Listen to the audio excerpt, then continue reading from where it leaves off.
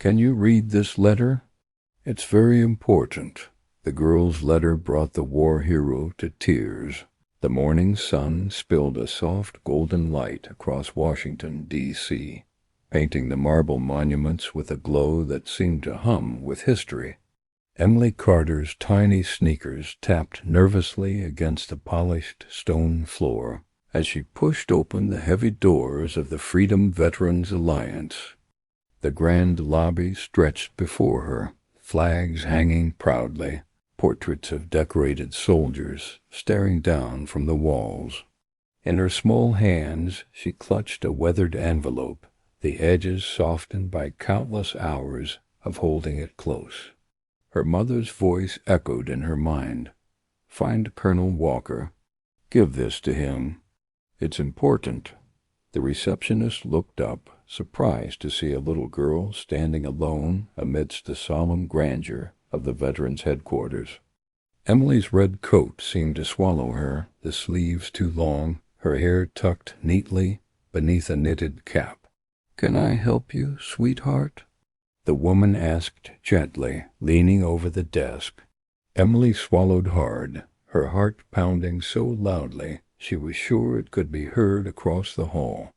"I need to give this to Colonel James Walker," she whispered, holding up the envelope as if it were a sacred relic. "It's from my mom." The woman hesitated, glancing toward the double doors that led deeper into the building. People didn't just walk in and demand meetings with a man like Colonel Walker, a decorated Marine, a war hero and the respected leader of the organization. But there was something in the girl's eyes, a quiet determination that transcended her age. "Do you have an appointment?" the receptionist asked kindly.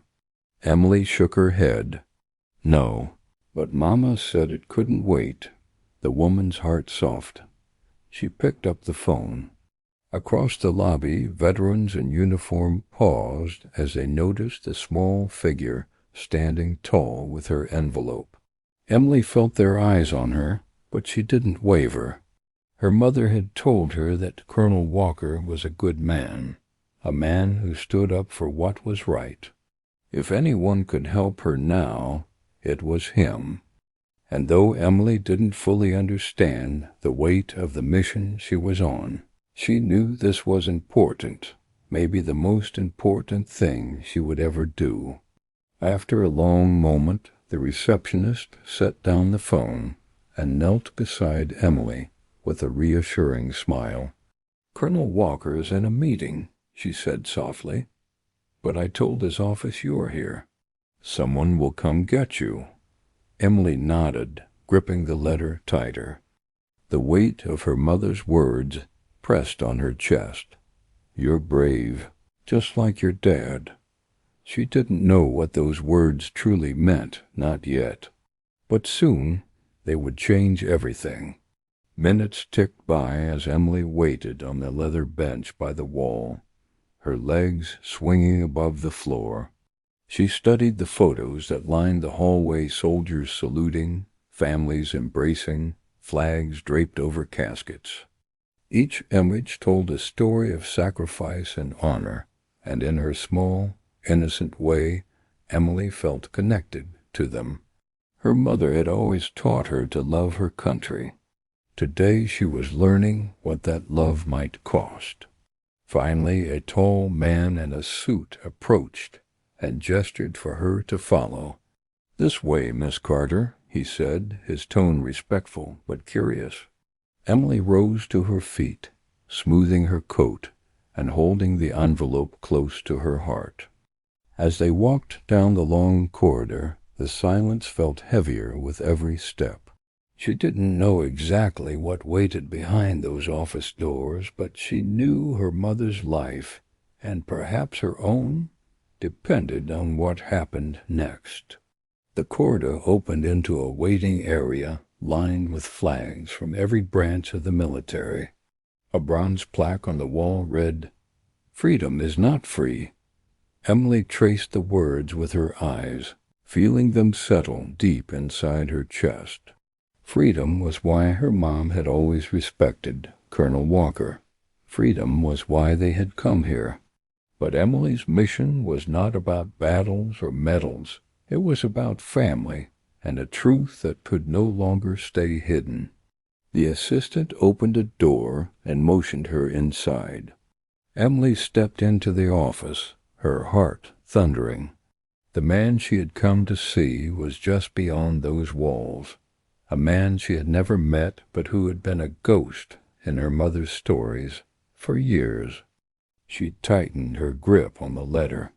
No matter how scared she felt, she couldn't leave until she had delivered it. For a brief second, Emily closed her eyes and pictured her mother's smile, tired but full of love. "You're my little soldier," her mother had whispered that morning, pressing the envelope into her hands. Emily took a deep breath, squared her shoulders, and prepared to meet the man who might change her life forever. Colonel James Walker stood by the window of his office, overlooking the National Mall bathed in crisp autumn light. At 48, his posture was still military straight, his hair streaked with dignified gray. The silver star on the shelf behind him glinted in the morning sun, one of many reminders of a life defined by sacrifice and duty. Yet beneath the surface of medals and speeches, there was a man accustomed to control of his image, his mission, his legacy. Surprises were not welcome here, especially not unannounced visitors. "Sir," his assistant began cautiously, "there's a little girl here. Says she has something for you." James didn't look up from the documents on his desk. "A girl? We're not a daycare, Alan." The assistant hesitated. "She says it's from her mother, and she's been waiting a while." James sighed, setting his pen down. He had meetings lined up, political calls to make, a potential Senate campaign to prepare for. But something about the situation tugged at his curiosity. "Fine," he said, straightening his tie. "Send her in." The door creaked open, and Emily stepped timidly into the room. James felt his breath hitch, not because she was out of place, but because something about her felt strangely familiar. The same soft brown hair, the same determined eyes. She clutched an envelope to her chest like it contained the world's secrets. "Hello," he said, softening his voice. "I'm Colonel Walker. What brings you here today?" Emily swallowed and took a shaky breath. "This is for you. My mom said you had to read it." James hesitated before accepting the envelope. The paper was worn, the ink slightly smudged, the kind of letter written with trembling hands and heavy hearts. "What's your name?" he asked gently. "Emily," she replied, her voice barely above a whisper. "Emily Carter." The name stirred something in him, a faint echo of a past he had long buried. But he pushed the thought aside and slid a finger under the flap. As he read, the words struck like artillery fire. "If you're reading this, James, it means I'm dying." His chest tightened. Sarah Carter. It had been over 7 years since he'd heard that name spoken aloud. She wrote of their love, their final days before his last deployment, and a secret she had carried ever since. Emily was their daughter. James gripped the paper, his heart pounding louder with every line. He had been told he couldn't have children. This couldn't be real. When he finally looked up, Emily was watching him with wide, uncertain eyes. "My mom said you're a hero," she murmured. "She said you fight for people." The words felt like both a compliment and an accusation. James cleared his throat, trying to anchor himself. "Emily, is your mother still?" "She's sick," the girl interrupted, her eyes filling with tears. "She said she doesn't have much time." The room suddenly felt too small, the walls closing in around him. Memories he had spent years suppressing crashed back. Sarah laughing beneath cherry blossoms, her tears when he left for deployment, the silence that followed.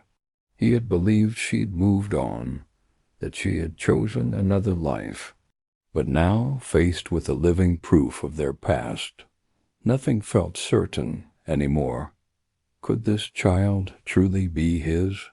"I need to think," he murmured, more to himself than to Emily. His instinct was to question, to doubt, to investigate. But the trembling child before him wasn't a press inquiry or a scandal. She was a little girl who needed answers. And somewhere deep within, beneath the discipline and the armor, something in James Walker began to shift. As Emily was escorted out of the office, James remained seated, staring at the letter on his desk. It lay there like a ticking time bomb, threatening to detonate everything he had built. Politics, reputation, legacy, none of it seemed steady anymore. All because of a child with his eyes and a letter from a woman he had never stopped loving. By the time the door closed behind her, James knew one thing with absolute certainty. The life he had so carefully constructed was no longer under his control.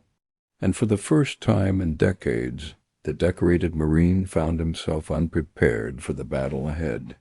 James stared at the envelope a second time, as if the paper itself could steady his hands. Ink swam where tears had dried, the loops of Sarah's handwriting as familiar as a hymn. He unfolded the letter and felt the years peel back like paint on an old farmhouse. "If you're reading this, James, it means I'm dying," the first line said, plain and brave. He drew a breath that tasted like dust, pride, and something dangerously close to hope. Paragraphs unfurled a past he'd kept locked behind polished medals and speeches. Sarah wrote about the night before deployment, their whispered promises in the dark. She explained the silence that followed, not as betrayal, but as a shield for their child. "Her name is Emily. She's 7. She loves flags and bedtime stories about heroes. Please be there for her. Be the hero at home you've always been to your country." James felt the ground tilt beneath the steadiness of his Marine posture. The doctor's verdict from years ago pounded in his ears.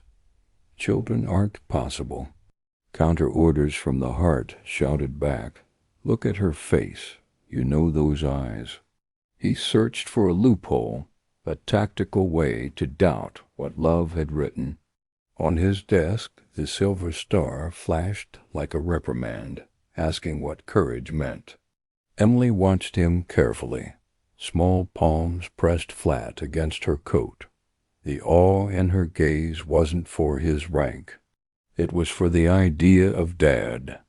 He could feel the weight of the words settling on his shoulders like a rucksack. "Is your mother with you?" he asked, voice steady, but frayed at the edges. "She's sick," Emily whispered, "and she said you'd understand what to do." The room seemed to tighten, walls inching closer like closing ranks. James pictured hospital corridors, sterile lights, Sarah holding on for their child. Duty had always been simple when it wore a uniform and saluted back. Now it arrived as a trembling voice and a letter that rewrote his history. He folded the page carefully, as if any crease could break the truth inside. Protocol flickered through his mind. Confirm, verify, protect the mission. He told himself that responsible men asked for proof before making promises. 1,000 public decisions had trained him to separate feeling from fact.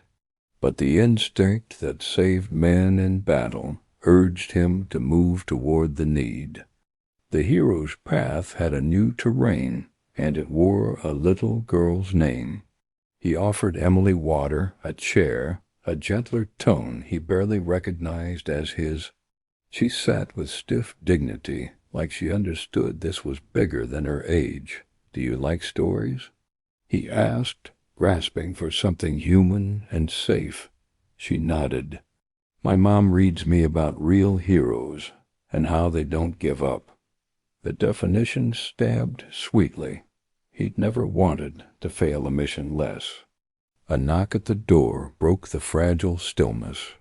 The day wanted its schedule back. James waved it off and knelt to Emily's eye level, medals forgotten behind him. "I need to check on your mother and make sure you both have what you need." Her shoulders dropped in visible relief, as if someone had finally joined her side. He pressed the letter to his chest, a flag he hadn't known he was sworn to. When Alan escorted Emily out, James stood rooted by the window. The mall stretched wide, monuments clean and sure against a cloudless sky. He had defended those stones with his life, believing that was the highest duty. But freedom wasn't free at home either. It charged interest and quiet heartbreaks. He stared at Sarah's name and knew the next hours would test who he really was.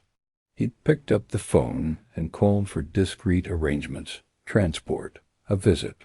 The habits of leadership moved through him with practiced efficiency and care. Behind the orders a softer vow took shape, unspoken but absolute. If truth was there, he would find it. If a child needed him, he would answer. The hero's march turned inward, boots silent on the floor of his own heart. Night fell like a folded flag over Arlington as James entered his quiet home. The house was orderly, museum clean, the kind of place where nothing surprises you. He set the letter on the kitchen table and pulled out a chair with military care. Outside, a neighbor's porch light glowed warm against the early autumn chill. Inside, the air felt cold, as if honor alone couldn't heat a man's life. He read the letter again, then again, tracing each sentence like a route map. Every line held the cadence of Sarah's courage, steady as a drumbeat. Memory rose, cherry blossoms along the Potomac, her laughter in the wind. Then the old wound. Photographs slid across a table like poisoned orders. He'd believed them. He'd boarded that transport with a heart sealed shut. In the den, framed commendations lined up like soldiers on parade. He tried to anchor himself to the certainty they promised: merit, clarity, proof. A child is a fact, he told himself. Facts can be tested and confirmed. Emotion is a storm.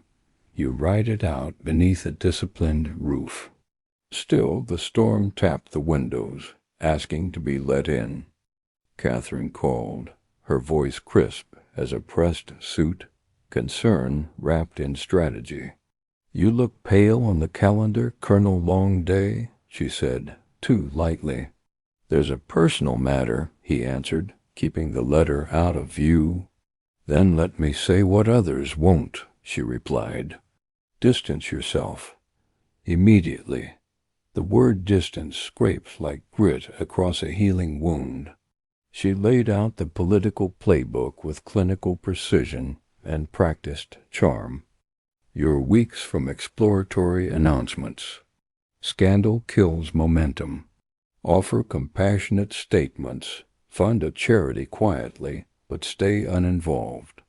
We can't let rumors define you when the stakes are national." Her logic clicked like a safety on a weapon, reassuring and dangerous. James paced the hardwood, phone warm against his ear, doubts marching in step.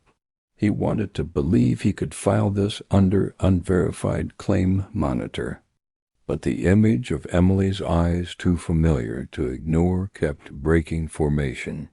"I'll handle the responsible steps," he said, voice a shade too formal. "Good," Catherine answered. "Let me coordinate the containment." When the call ended, the house was quieter than before, almost accusatory. He poured black coffee he didn't need, the bitterness of chosen penance. On the table, Sarah's letter lay open like a standard he couldn't lower. He told himself again that proof was love's best ally against chaos. Tomorrow he would order a DNA test, discreet and airtight. In the mirror by the hall, a tired warrior looked back, more man than myth. He searched his face for signs of the father he might be.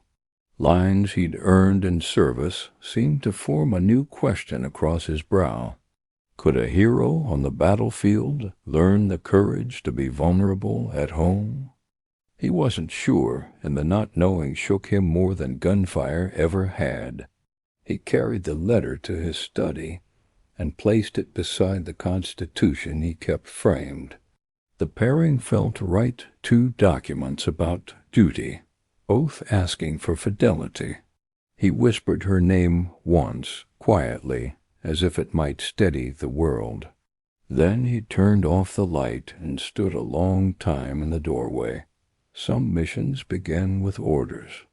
This one began with a child's faith. Sleep came late and restless, a parade of what-ifs marching through his mind. What if the doctor had been wrong all those years ago?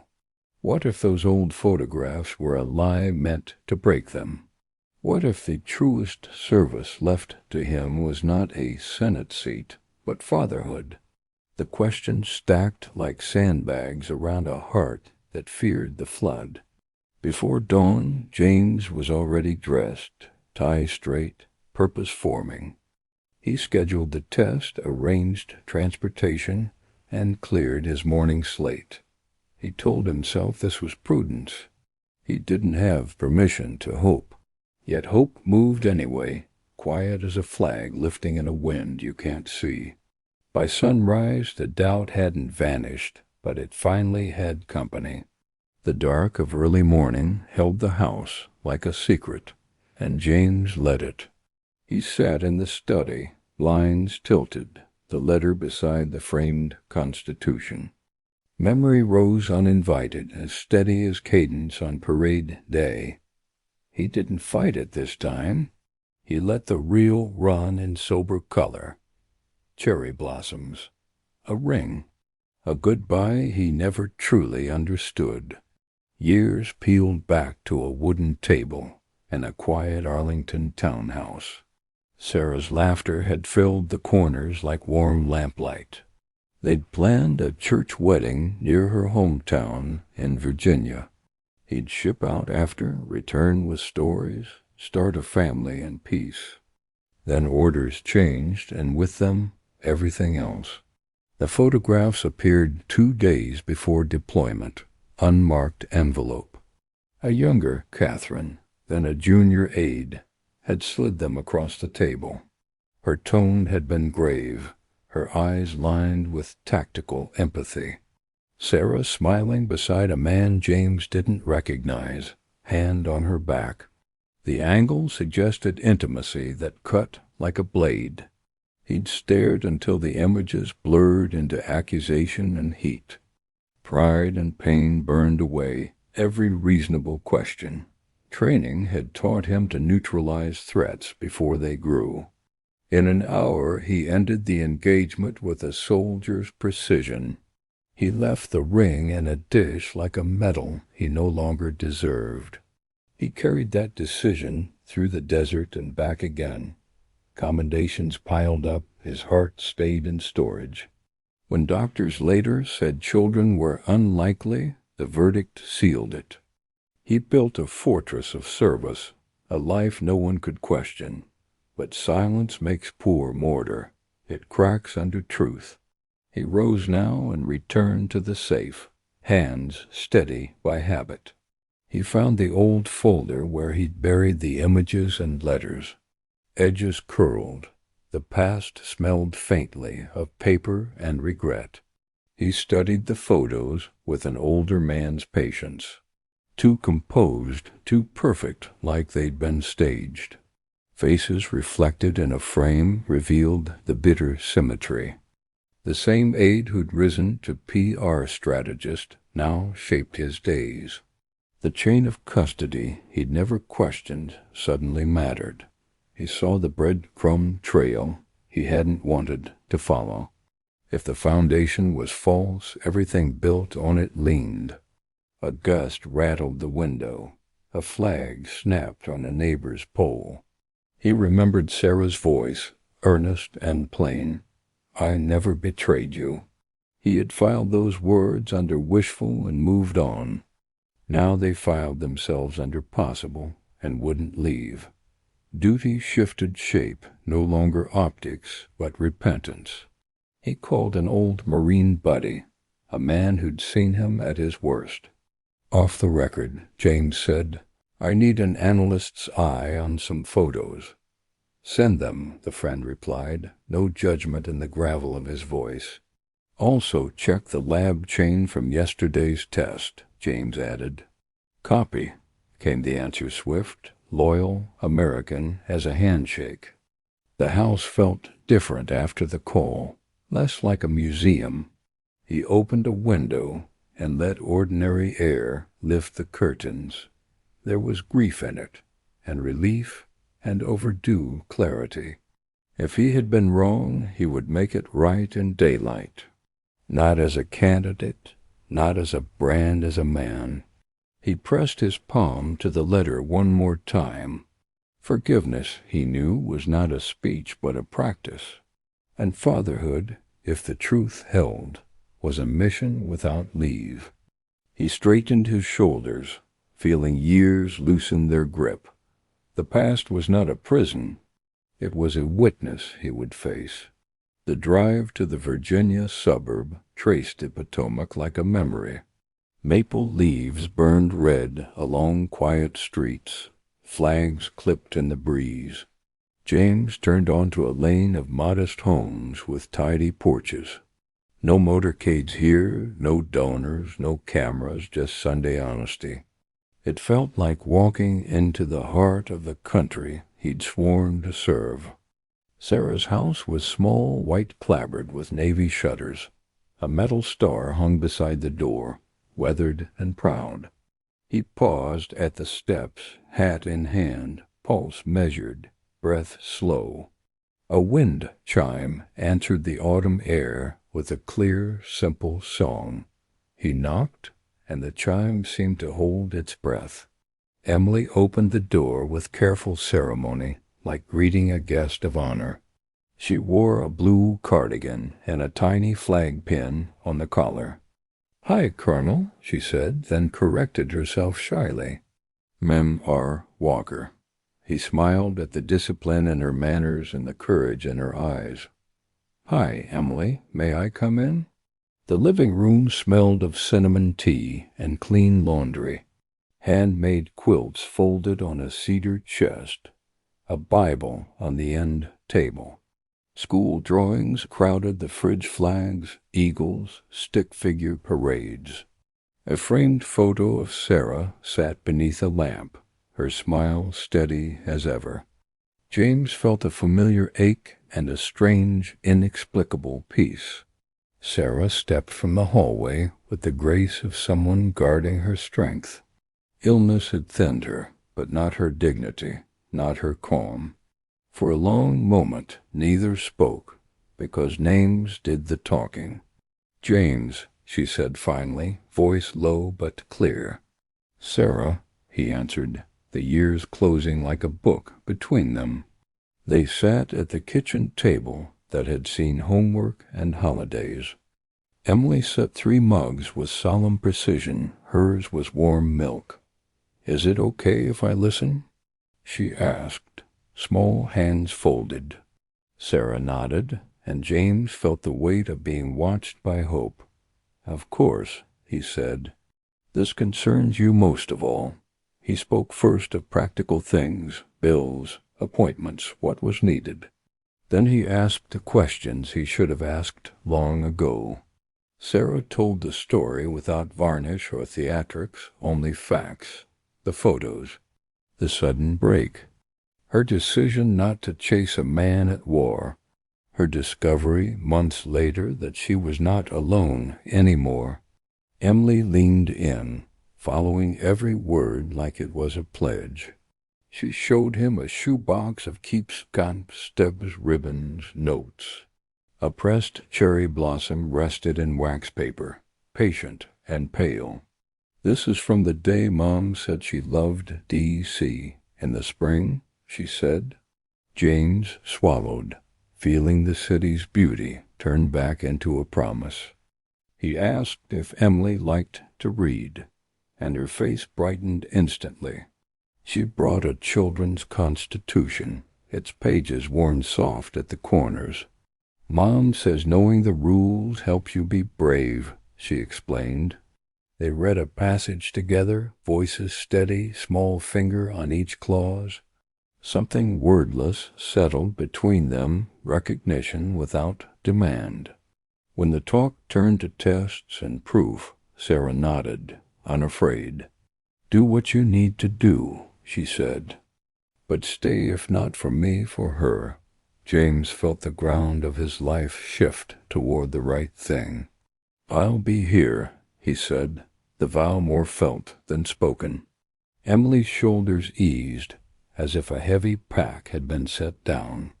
They walked the small backyard where a wooden swing creaked softly. Emily showed him a shoebox garden of marigolds she'd planted on Memorial Day.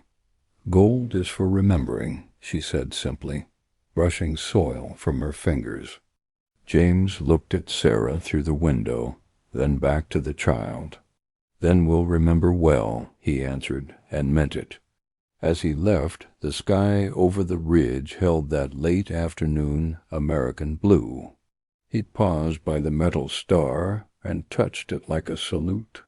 The road home felt different, straighter, purposeful, honest. He did not know every answer, but he knew his direction. Tomorrow would bring laboratories. Today had brought him home. The following week brought gray skies and colder winds, but James's resolve didn't waver. He parked outside the VA hospital, where Sarah was undergoing her treatments, the flag above the entrance snapping sharply in the breeze. Inside, the air was heavy with antiseptic and quiet courage, a place where battles were fought without rifles. Emily was waiting near the reception, a book about American heroes open on her lap. She looked up and smiled when she saw him, and something deep inside James shifted again. Sarah's condition had worsened. The toll of illness was etched into her face, but her eyes still held the fire he remembered. "James," she greeted him softly, her voice thin but steady. He sat beside her bed, unsure how to begin. Years of commanding troops and delivering orders had never prepared him for conversations like this. "I'm going to cover every cost of your treatment," he said finally, his voice low but resolute. Sarah's eyes welled with tears. "That's not what this is about." Emily climbed onto the chair beside her mother, looking at James with cautious hope. "She talks about you all the time," the little girl whispered.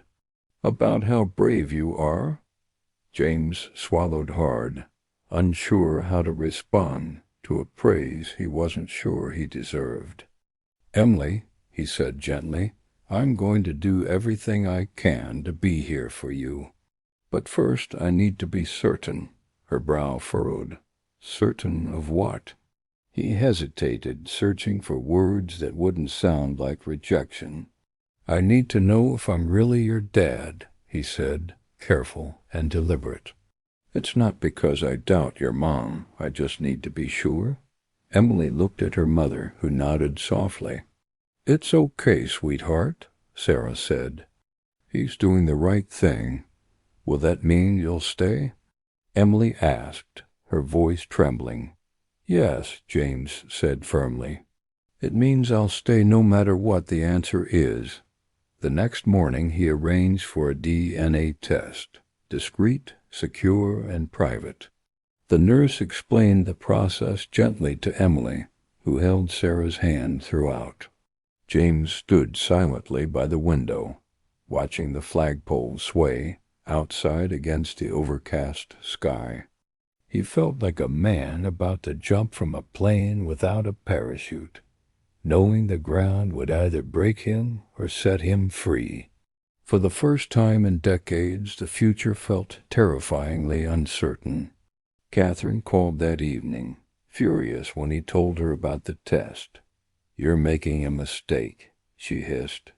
"If this story gets out, it's over. The campaign, your career, all of it." "Then it's over," James said calmly, surprising even himself. "Some things matter more."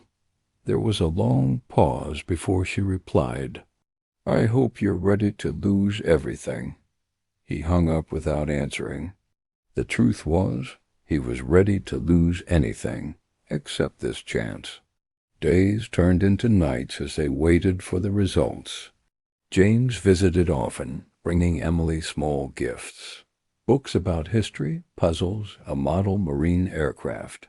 They read together, laughed together, and shared stories of bravery and sacrifice.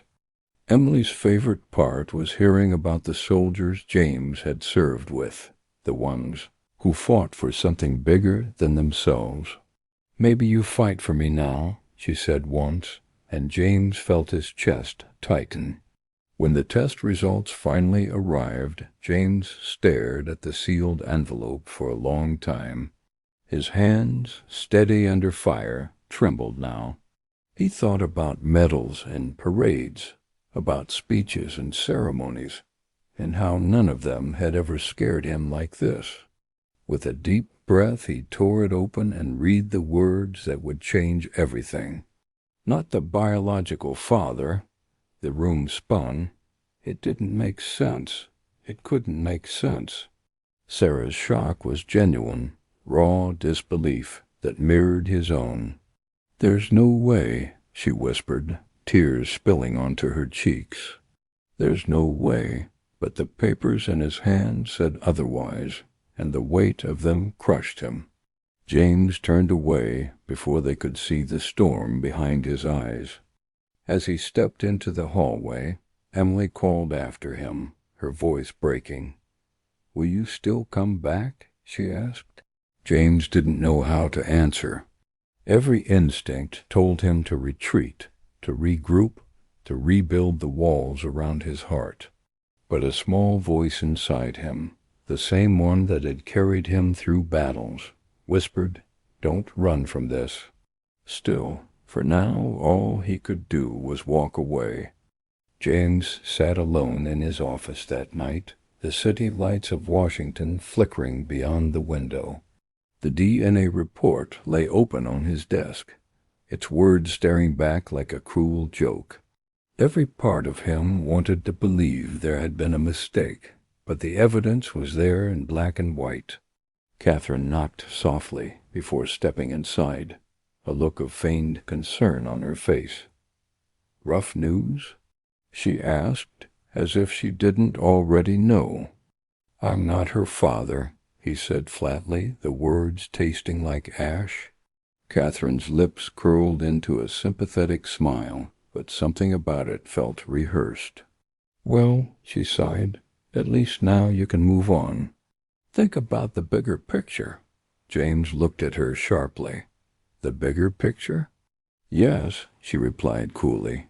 "The Senate, your legacy. The mission you actually care about."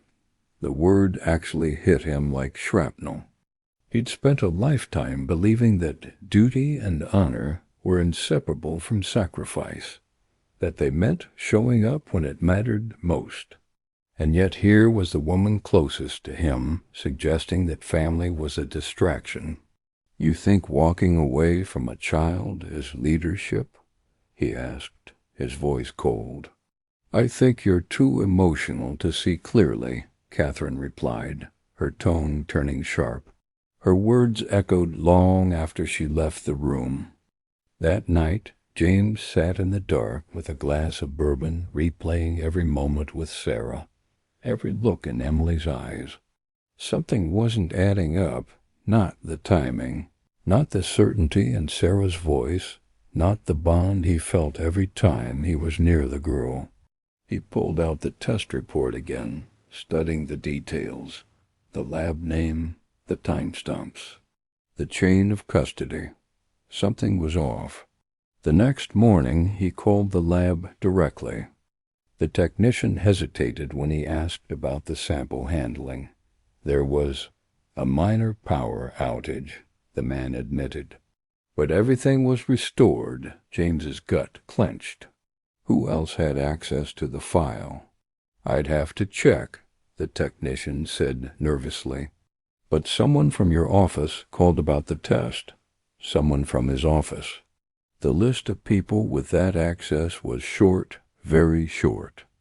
James's pulse quickened as his mind ran through the possibilities, and one name kept rising to the top. Catherine. It was a possibility so ugly he didn't want to believe it, but it explained everything. He started digging quietly, contacting an old Marine friend with a background in cybersecurity. Within hours, they traced suspicious activity tied to Catherine's login credentials. She had accessed the lab's server and made changes to the test file. James's hands curled into fists as the truth began to crystallize. She hadn't just interfered, she had sabotaged his chance to know the truth. Fury surged through him, but beneath it was something deeper, a growing sense of betrayal. This wasn't just about politics anymore. It was about a life deliberately manipulated for power. He thought about Sarah, who had endured illness and loneliness without ever reaching out to ruin his career. He thought about Emily, who had walked into his office with nothing but hope in a letter. They deserved better. He had to know the real truth.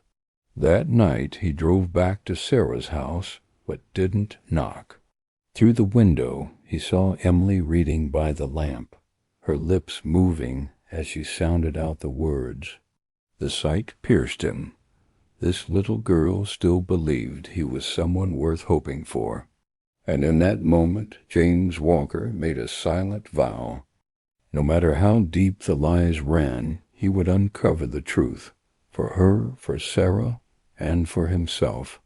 Emily sat at her small desk, the lamp casting a warm circle on the page. She wrote slowly, tongue pressed to her lip, forming careful letters. Will you still be my dad even if you're mad at Mommy? The pencil paused, then underlined Dad as if testing its strength. She folded the note and tucked it into a red, white, blue envelope. Down the hall, Sarah listened to the quiet scratch of graphite. Her breath was thin, but her eyes were steady with faith. Do you want me to read it? She asked from the doorway. Emily shook her head, clutching the envelope to her chest. It's for him. Heroes need letters too, she whispered. James parked across the street, headlights off, engine cooling. He had walked away with the test in his pocket and doubt in his bones. But the house drew him back like a lighthouse on a rough coast. He saw a child's silhouette in the window, small and unafraid. Duty didn't always wear a uniform. Sometimes it wore braids. He knocked softly. The chime answered with its clear, simple song. Emily opened the door with the solemnity of a color guard. I wrote you something, she said, lifting the envelope. He knelt to meet her eyes, hands suddenly unsure. Thank you, he breathed, as if receiving a folded flag. On the couch, Sarah watched with a gratitude that hurt to hold. James sat between the women his choices now circled.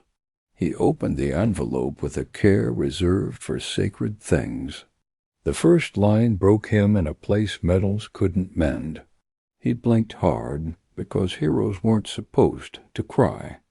Emily, he said, voice thick but clear, I won't be mad at your mom. I'm just confused, and I want to do the right thing." She nodded, absorbing the message like a vow. "Are you still my hero?" she asked, delicate as glass. "I'm trying to be," he answered. "Right here double quotes. They spread a book on the coffee table heroes of American history." Emily pointed to pages with a tiny, decisive finger. "This one helped people even when it was hard," she said. James nodded, feeling the lesson turn inward. "This one, too," he added, and meant himself. When Emily went to brush her teeth, the room exhaled. Sarah touched the letter, then his sleeve, then nothing at all. "I never lied to you," she said, each word chosen like a step. "I know," he answered, surprising himself with certainty. Something in him believed her before the facts could catch up. He walked Emily to bed and listened to her careful prayer. "Please keep Mom safe and make MR Walker brave," she said. Then she added softly, "For us." He stood in the doorway as the night gathered around her. Bravery felt like staying until the dark learned his name. Back in the living room, the air smelled of cinnamon and resolve. James set the letter beside the children's constitution. "Tomorrow," he said, "I'll look deeper into that result." Sarah nodded, too tired for relief, strong enough for hope. The quiet between them felt like a truce with the past. He left with the envelope in his pocket and a new compass in his chest. Outside, a porch flag lifted in a shy, faithful wind. He saluted it with 2 fingers, a habit older than doubt. The road back to Washington straightened under his wheels. Behind him a child slept. Ahead the truth waited. Before dawn, James cleared his desk like a battlefield map. The DNA report lay center, flanked by notes and call logs. He circled timestamps, highlighted chain of custody lines. Something small and ordinary was wrong in the margins. Small wrongs make big lies possible. He phoned an old Marine friend, now working in forensics. "Need quiet eyes on a civilian lab process," he said.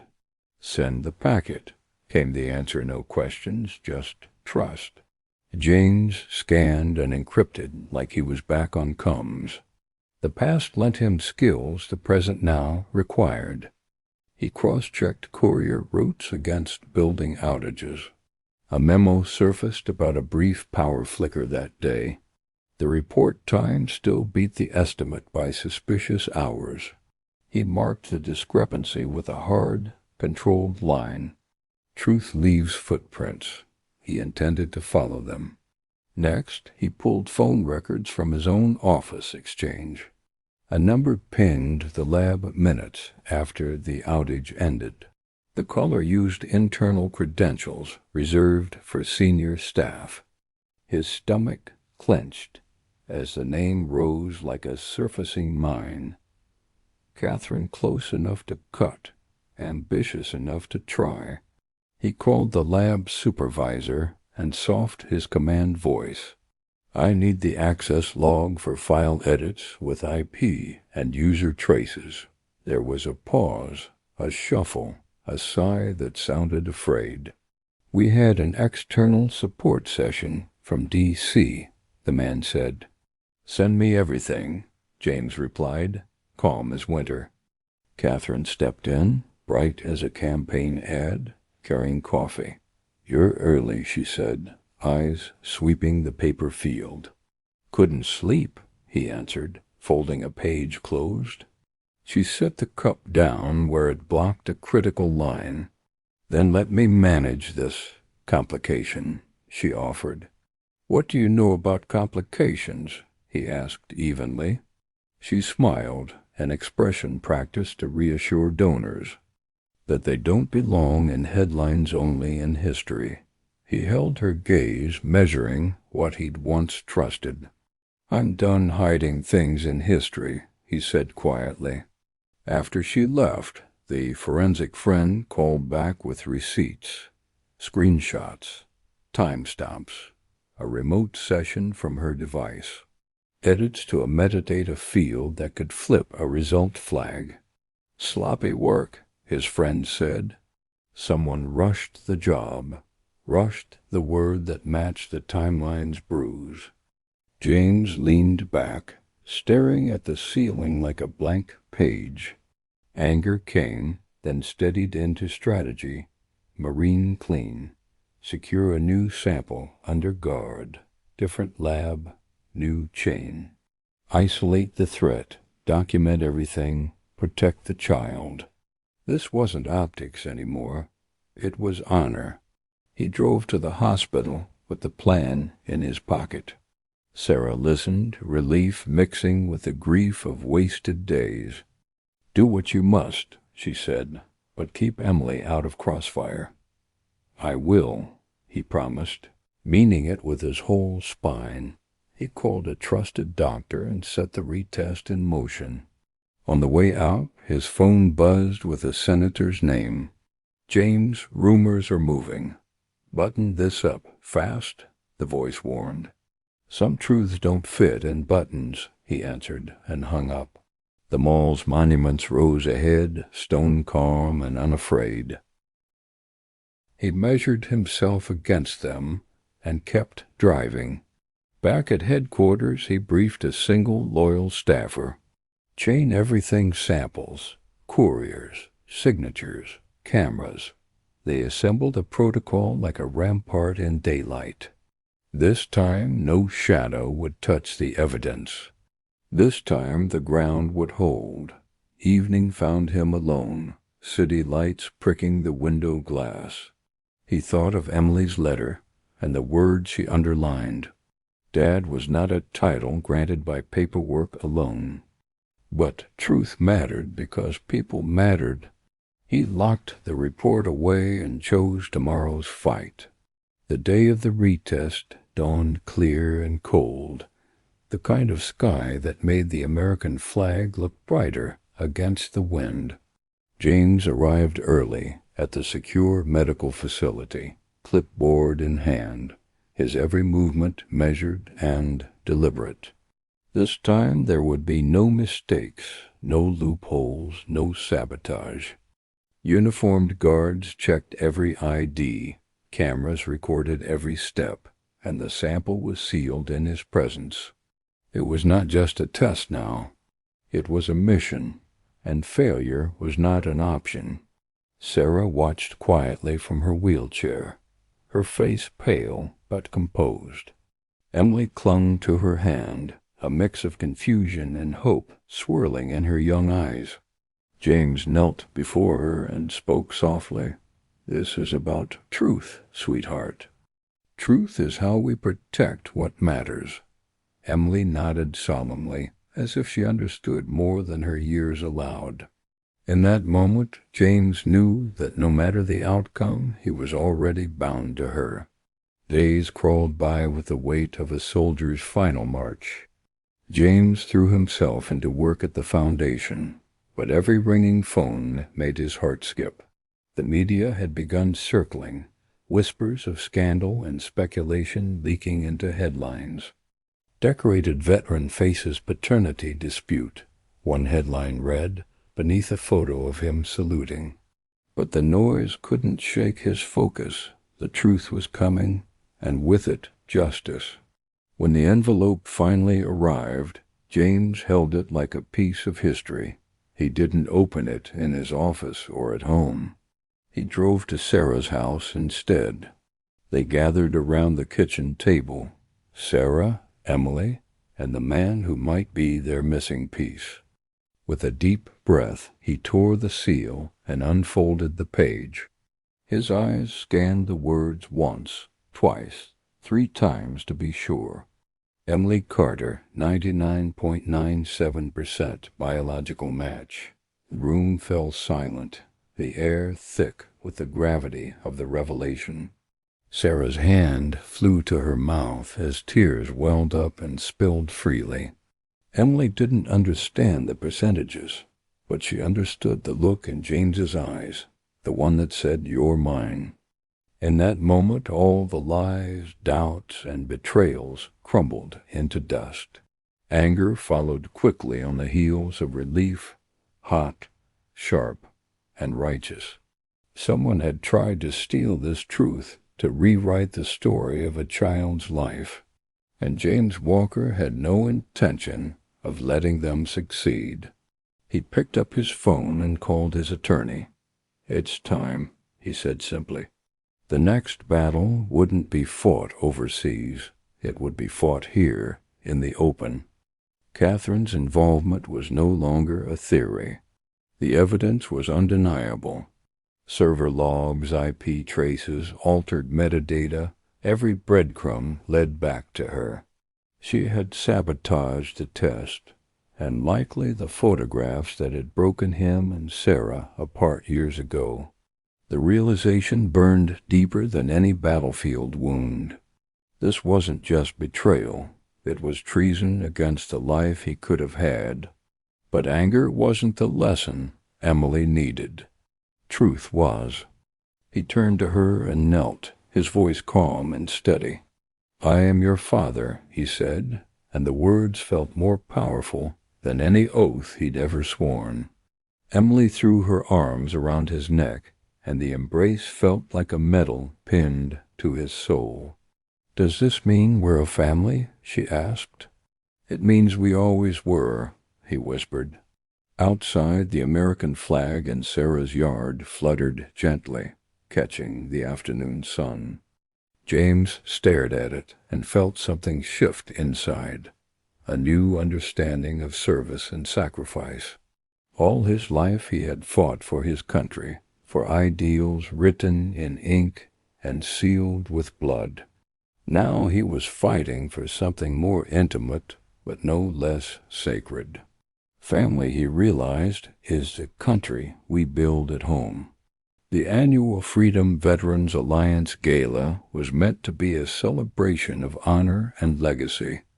The ballroom was a sea of Navy suits, polished medals, and the quiet hum of powerful conversations.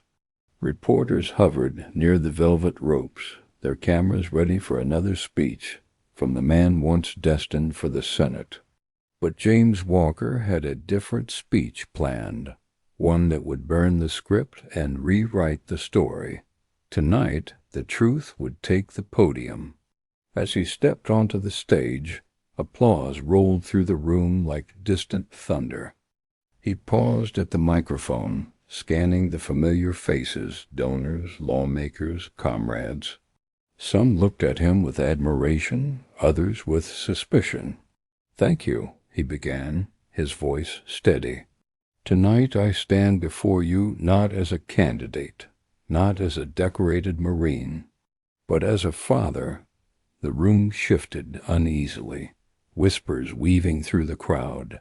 He told the story plainly, without spin or polish. The letter, the girl, the tampered test.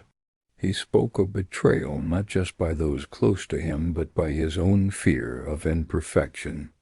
"I let ambition blind me," he admitted, the words heavy but liberating.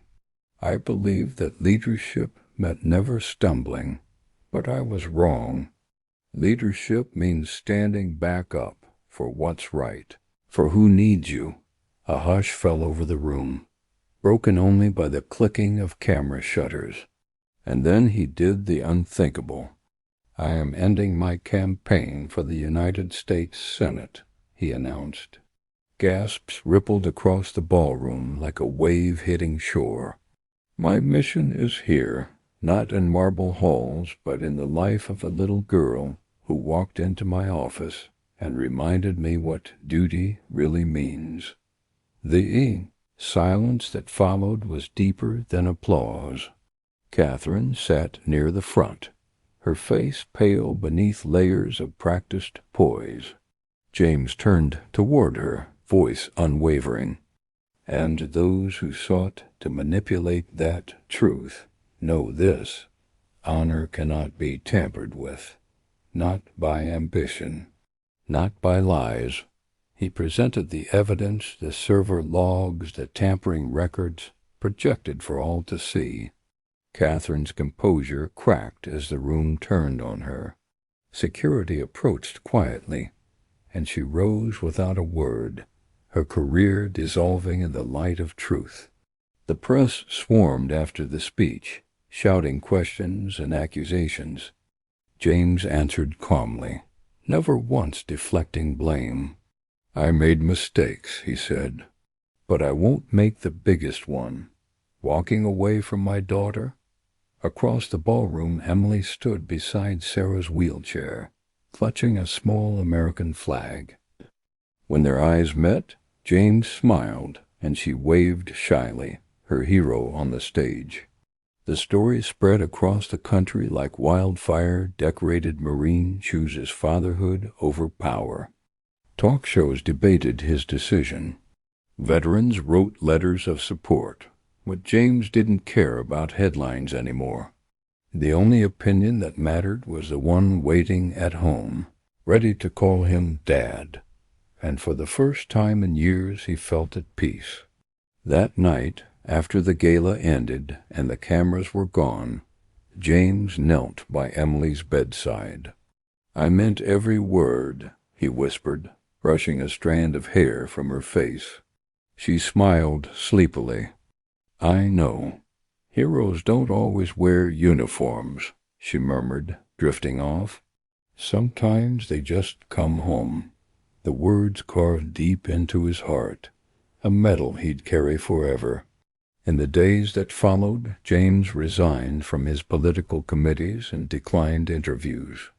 Instead, he focused on building something new, a future centered not on campaigns but on connection.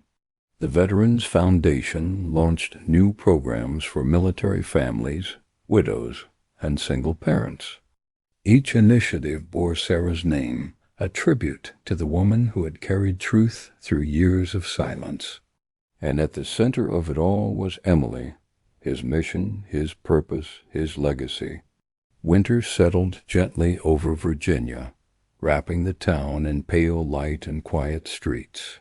Inside the hospital, machines hummed softly, their steady rhythm a fragile heartbeat against time.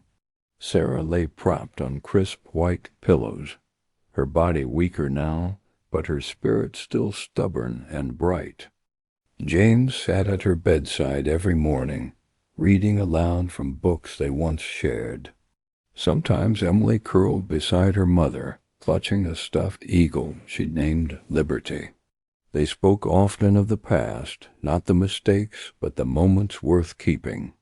The day they met under the cherry blossoms, the night before deployment, the letters that never came. There was no bitterness now, no blame, just two people who had loved deeply and lost years to silence. "I never stopped caring about you," Sarah whispered once, her voice like wind in autumn leaves. "And I never stopped being yours," James answered, his hand wrapped gently around hers. Each visit grew longer, each goodbye heavier. Emily painted pictures for her mother's room, flags, parades, and smiling stick figures of their family. "See," she said proudly, holding one up. "That's you, me, and Dad."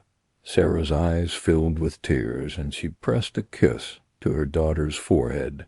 "Promise me you'll remember this love," she murmured. "It's the strongest thing we have." James did everything he could to ease her pain, arranging specialists, paying for treatments, reading prayers aloud. But even the best medicine cannot rewrite what time has written. Sarah's breaths grew shallower, her hands colder in his grasp. One night she asked for the lights to be dimmed and the curtains drawn back. "I want to see the stars," she said. "I want to believe we're part of something bigger." Under the glow of a winter sky, they spoke of the future she wouldn't see. James promised to raise Emily with love and strength, to teach her honor and compassion. Should know her mother was brave, he vowed. Should know you were my greatest blessing. Sarah smiled faintly, the corners of her eyes soft with peace. I always believed you had the heart for this, she whispered. I just needed you to believe it too.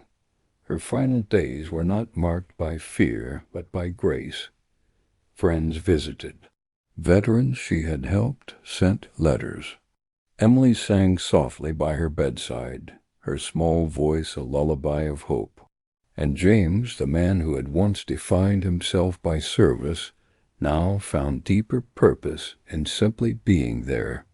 It was the most important mission of his life, and he would not fail it.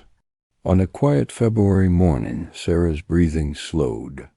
James held one hand, Emily the other, as snow fell gently outside the window.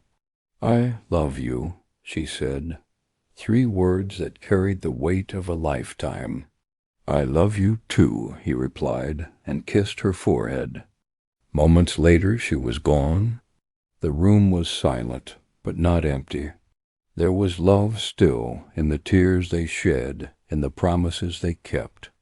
Emily curled into James's chest, her sobs muffled by his uniform.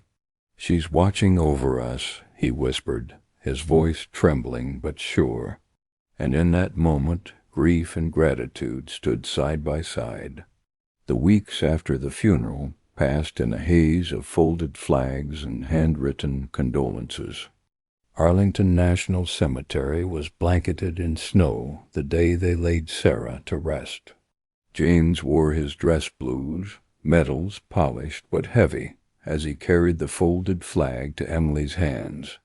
She held it close, her eyes fixed on the headstone etched with her mother's name.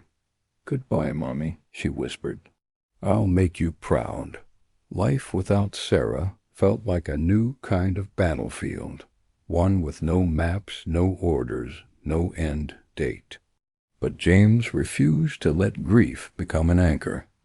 Instead, he used it as a compass, pointing him toward the future Sarah had wanted. He filed the adoption papers, signing his name with a steadiness that surprised him. When the judge declared Emily Carter his daughter in the eyes of the law, she leapt into his arms with tears of joy.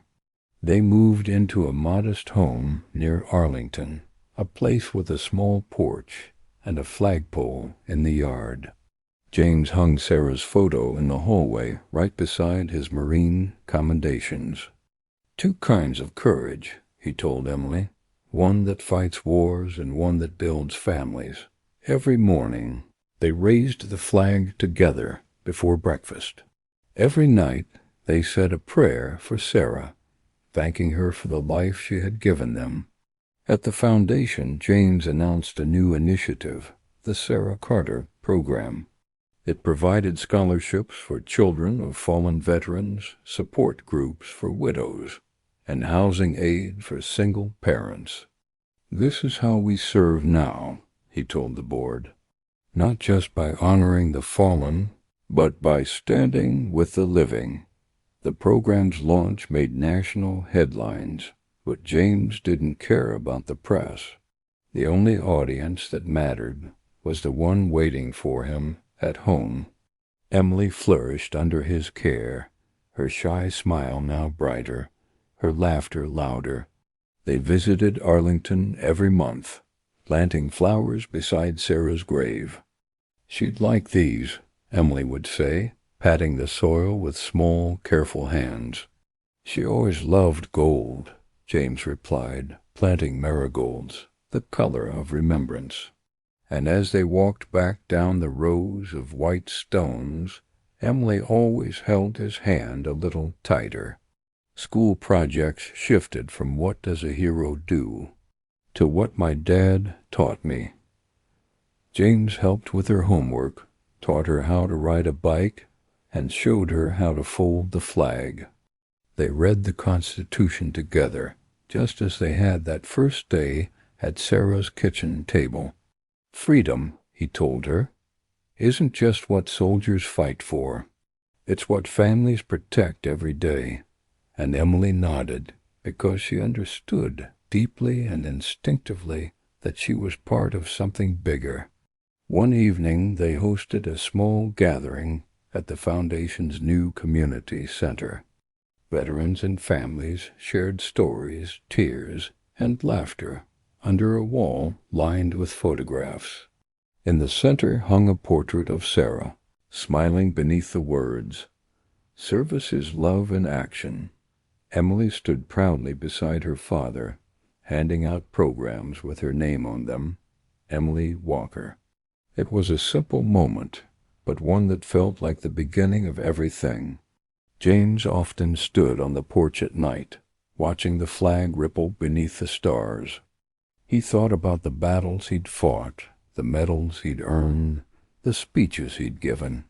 None of it compared to this, to the weight of a small hand in his, to the sound of a little girl calling him Dad. This was legacy. This was service. And for the first time in his life it felt like he was exactly where he was meant to be. 1 year later, the spring air in Washington, D.C., carried a quiet sense of renewal. The cherry blossoms bloomed pink and white across the National Mall, their petals swirling like confetti in the wind. James stood at the steps of the Lincoln Memorial in full dress uniform, Emily's small hand clasped in his. She wore a red, white, and blue ribbon in her hair, a touch of her mother's spirit in every color. Together they walked toward the Memorial Day ceremony, the weight of the past now a source of strength.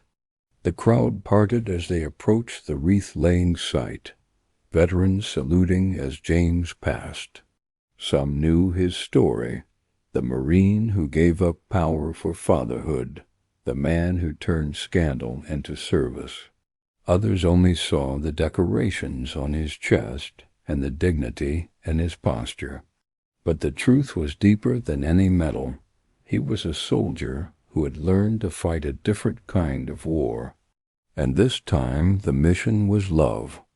When Emily stepped forward to lay the wreath, the crowd fell silent.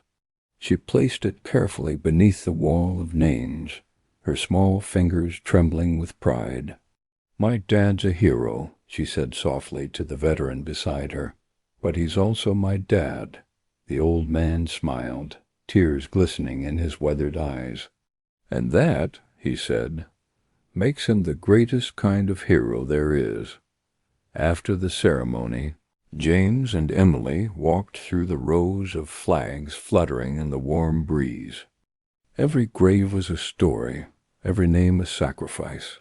He told Emily about the friends he'd lost, the battles they'd fought, the freedoms they'd defended.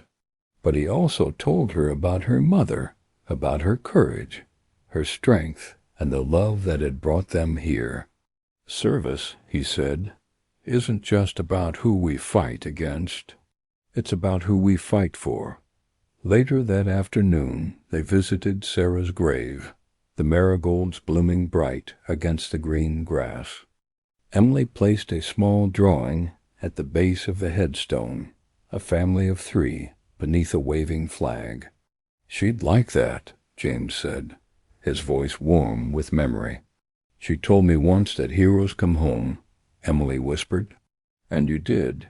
He wrapped his arm around her shoulders, and together they watched the flag ripple in the wind. The Veterans Foundation had grown beyond anything James imagined. The Sarah Carter program now operated in 12 states, providing support to hundreds of families. Emily often spoke at events, her words wise beyond her years, reminding people that heroes were also parents, mentors, and neighbors. And every time James took the stage, he carried her letter, the one that had once asked if he'd still be her dad. It was a reminder of the mission that had changed everything. As the sun set over Arlington, James reflected on the road that had brought him here. It wasn't medals or campaigns or speeches that defined a life. It was the courage to choose love when pride demanded distance. It was the strength to stand by someone when the world told you to walk away. And it was the faith to believe that family is not a distraction from service. It is the service itself. He smiled, knowing Sarah would be proud.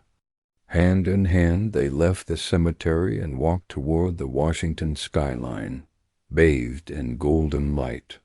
The future stretched wide before them, uncertain, imperfect, but theirs to build together. Emily skipped a few steps ahead, laughing as the wind caught her ribbon. James followed with steady strides, a man who had once fought wars abroad, but now waged his most important one at home. And in that quiet, triumphant walk, he finally understood the true meaning of service.